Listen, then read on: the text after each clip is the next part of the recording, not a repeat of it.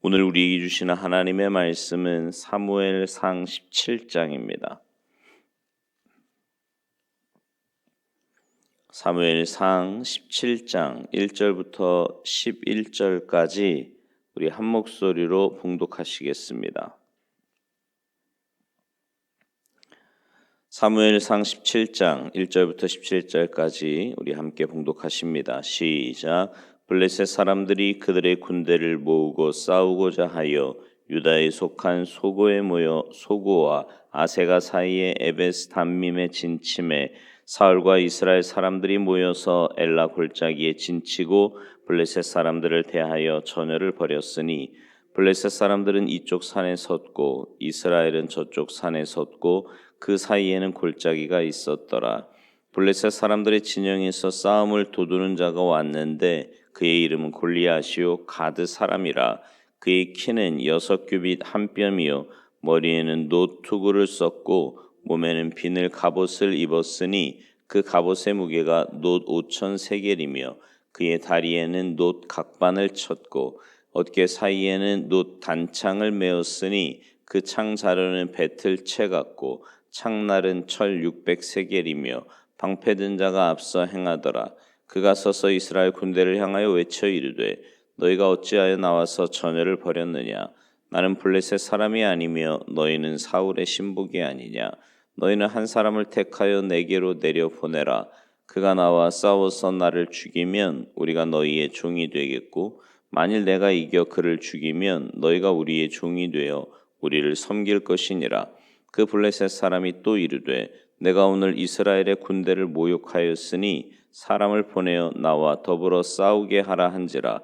사울과 온 이스라엘이 블레셋 사람의 이 말을 듣고 놀라 크게 두려워하니라. 아멘.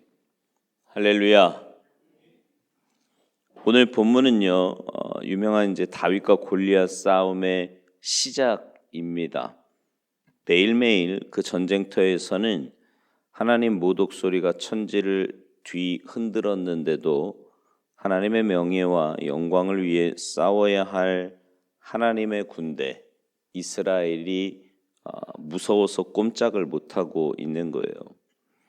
이스라엘은 왜 하나님이 모욕당하시는데도 꼼짝 못했을까요? 더군다나 이스라엘의 왕 사울은 왜 이리 겁쟁이가 되었을까요? 그는 하나님 앞에서 범죄했습니다. 이미 하나님께 죄를 범하곤 하나님의 은총에서 멀어졌다 싶으니까 이제 자기 스스로 살 길을 찾겠다고 왕권을 강화하고 군사력을 증가시키고 자기가 할 수 있는 일을 다 하는 거예요. 그래도 두려움은 피할 수 없었습니다. 그러던 중에 강한 블레셋 군대에 맞닥뜨린 거지요. 그러니 두려울 수밖에요. 전에는 이런 어려움, 이런 두려움을 당할 때면 하나님의 긍휼을 얻어서 위기를 넘기곤 했는데 이제는 자기 스스로 하나님의 긍휼에서 벗어났음을 알고 있습니다. 그러기에 현실이 더 두려운 거지요. 여러분, 우리가 꼭 기억해야 될 것이 하나님의 긍휼을 잃으면 안 된다는 거예요. 무슨 일이 있어도 하나님께서 자신을 불쌍히 여겨주심을 잃지 말아야 합니다. 하나님의 긍휼을 잃는 순간 우리의 인생은 끝나는 거예요. 우리가 아무리 잘해도 우리 힘에는 한계가 있습니다. 우리가 아무리 완벽하다고 해도 우리가 챙기지 못하는 게 있고요.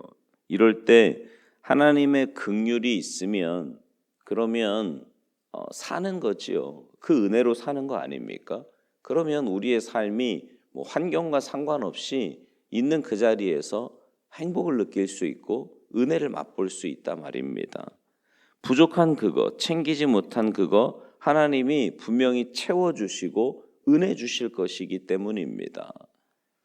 그러나 하나님의 긍휼을 잃으면 이런 은총은 없어요. 그러니 늘 순종과 성결한 삶을 살면서 주님 앞에 겸손하여 주님의 긍휼을 얻으시기 바랍니다.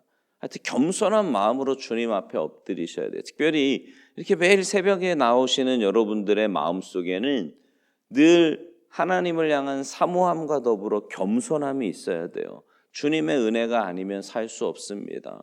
주님의 은혜로 또 이렇게 주님 앞에 나왔습니다. 이런 마음으로 주님의 은혜를 구하고 주님의 긍휼을 구할 때 하나님께서 우리의 삶에 정말 꼭 필요한 것으로 채우시고 우리의 삶을 가장 복된 길로 인도해 주실 줄 믿습니다.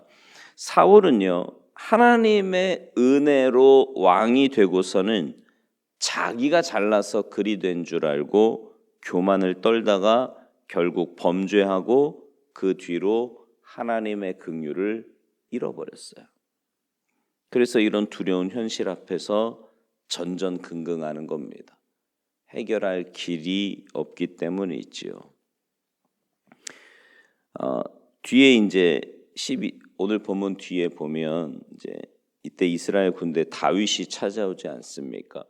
아버지 이새의 명에 순종해서 전쟁터에 나간 형들을 방문하기 위해 그곳까지 왔습니다. 근데 위문차 찾아온 그 전쟁터에서 다윗이 이상한 소리를 듣는 거예요. 하나님을 모욕하는 소리가 들려옵니다. 블레셋 군대 진영에서 매일같이 하나님을 모욕해요. 그리고는 거대한 장수 하나가 나와서 그 모욕함에 앞장을 섭니다. 그런데도 하나님의 군대라고 하는 이스라엘의 진영은 쥐 죽은 듯이 조용해요. 자기들끼리 수군거리는 거 들어보니까 두려움에 찬 말들 뿐이지요. 다윗은 비록 어린 나이지만 참을 수가 없었습니다. 자기가 섬기는 여호와 하나님이 매일매일 모욕당하는 것을 참을 수가 없었어요. 더군다나 군사력, 육체적 힘을 앞세우고 하나님의 군대를 모욕하는 저들의 위세를 참을 수가 없었습니다. 그래서 우리가 이 뒷이야기를 잘 알듯이 어린 다윗이 당당하게 골리앗에게 나아가지요. 하나님의 이름으로 말입니다. 하나님의 이름으로. 여러분, 믿음을요, 추상적으로 갖고 있으면 그건 그냥 추상적으로 끝나는 거예요. 그러니까 머릿속에서만 가지고 있으면 그 믿음은 그걸로 끝이다 말입니다. 그러나 그 믿음이 내 삶의 현장에 하나님의 영광과 그 이름을 위해 쓰인다면, 그리고 하나님의 도우심을 얻는다면 그건 굉장한 역사를 이루어냅니다. 그 믿음은 말이죠. 믿음이 머리에만 있으면 그걸로 끝이지만 그것이 내 삶의 현장에 행동으로 가시화되면 역사가 나타납니다. 주님이 말씀하셨듯이 너가 믿으면 정녕 하나님의 영광을 보리라 하셨잖아요. 또 믿는 자에게는 능치 못할 일이 없다고 말씀하셨어요. 이런 위대한 역사의 씨앗, 우리의 믿음이 요즘 우리네 삶의 현실에서 어떤 역할을 하고 있느냐라는 거죠. 여러분의 삶에서 어떤 역할을 하고 있습니까? 여러분의 믿음은 이런 기적의 씨앗이 되고 있나요? 한번 생각해 보세요. 그저 액세서리 같은 그런 믿음은 아닙니까? 믿음에 따르는 능력과 역사, 기적이 하나님의 뜻을 이루기를 간절히 바랍니다. 여러분, 다윗은요, 어떻게 이렇게 용감할 수 있었을까요? 무모하다 싶은데 다윗은 무슨 정신으로 그 엄청난 골리앗을 상대하겠다고 나설 수 있었을까요? 아무리 어리다고 해도 위험을 판단하지 못할 정도는 아니잖아요. 그런데 한낱 목동에 불과한 자가 전쟁 전문가, 그것도 막강한 골리앗과 싸우겠다고 나서는 비결, 그 용기 어디서 온 거예요?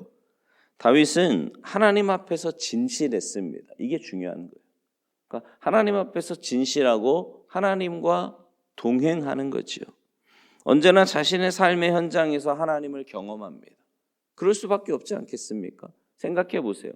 하나님 앞에서 늘 진실하고 하나님과 동행하는 삶이니 그의 삶에서는 하나님을 경험하는 역사가 그냥 머리에만 믿음으로 있는 게 아니라 오늘 우리로 말하면 교회 안에서는 뭔가 믿는 것 같아요. 하나님 살아계신 것 같고 뭔가 내 삶을 주관하시는 것 같은데 여기서는 말이죠. 들을 때는. 근데 정작 내 삶의 현장에 가서 조그마한 문제 하나도 내가 마치 골리앗 앞에선 이스라엘 백성과 사울처럼 그렇게 벌벌 떨고 있는 것은 아닌가. 그런 믿음이 아니라 하나님과 동행하고 하나님 중심으로 사는 그의 삶에는, 그의 삶의 초점에는 늘 하나님이 있었던 거예요. 여러분은 뭐 보고 사십니까? 삶의 현장에서요. 하나님 바라보며 사시기 바랍니다. 아멘. 하나님의 역사를 바라보시라고요. 맨날 사는 게 바쁘다고 땅만 바라보고 장부만 바라보고 그러지 말고 하나님 바라보고 하나님의 역사를 바라보고 믿음의 사람들의 역사를 바라보십시오. 그러면 그런 위기의 때 믿음의 사람들에게는 어떤 일이 일어나며 믿음의 사람들은 어떻게 행동해야 되는지를 알게 되는 거예요. 현실이 두렵다고 발등에 떨어진 불이라고 그것만 바라보며 사니까 해결책이 안 보이는 거죠. 하나님을 바라보고 하나님과 교제하는 믿음의 사람들을 보세요. 믿음의 사람들. 거기에서 어려운 일을 당했을 때 믿음의 사람들은 어떻게 했으며 하나님께서 믿음의 사람들에게는 어떻게 도우셨는지를 좀 보시라고요. 보지 못하니까 알지 못하고 그러니 현실은 더욱더 무섭고 두려워지는 거예요. 오늘 본문 뒤에 33절 이하에 보면 싸우러 나가겠다는 다윗을 사울이 말립니다. 참 여러분 보세요. 자기도 못 나가. 그 자기 힘으로 안 되니까 당연히 못 나가죠. 싸우겠다는 다윗도 말려요. 너는 안 된다는 거예요. 뭐 어쩌자는 거예요 그러면. 근데 그렇게 말리니까 다윗이 분명히 말을 하지요. 평상시에 자신은 하나님과 함께 했으며 양을 지키다가 또 곰도 물리친 적이 있고 사자도 염려가 없었다는 거예요. 왜요? 그때도 하나님께서 자신을 지키셨으니. 놀라운 고백 아닙니까? 그때도 하나님이 나를 지키셨으니 이번에도 나를 지켜주실 거라고. 저 곰과 같은 골리앗도 물리치게 해주실 거라는 거죠. 평상시에 이런 믿음의 역사, 믿음의 경험이 없으면 이런 주님과의 교제, 깊은 교류가 없으면 문제가 오면 당황할 수밖에 없습니다. 두려울 수밖에 없어요.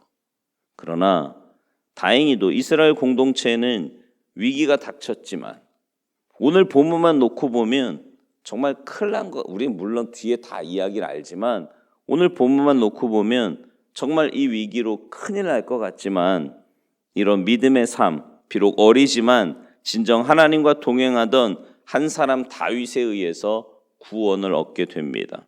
하나님이 모욕당하는 거 견디지 못하여 의분으로 일어선 믿음의 사람 다윗으로 인해 모두가 승리를 얻게 된 거지요. 사랑하는 성도 여러분, 여러분이 이 시대의 다윗이 되시기 바랍니다. 여러분이 이 공동체의 다윗이 되시라고요. 문제를 바라보는 사람이 아니라 하나님을 바라보는 사람. 평상시 하나님과의 교제를 통해 위기가 올 때, 특별히 이렇게 새벽에 나와서 매일 기도하는 여러분이 믿음의 사람이 되어야 되지 않겠습니까? 그래서 위기가 올 때 오히려 하나님의 역사를 기대하는 사람. 위기를 보면서 벌벌 떠는 사람이 아니라 야, 위기가 이렇게 큰 거 보니까 하나님이 이 뒤에 도대체 어떤 복을 주시려고 어떤 역사를 하시려고 이런 위기가 오는 걸까? 뭔가 이게 영적인 기대감을 갖는 그런 사람. 그런 사람이 되셔서 여러분을 통해서 여러분이 속한 공동체에 하나님의 역사와 은혜가 풍성히 넘쳐나기를 주님의 이름으로 축원합니다. 기도하시겠습니다.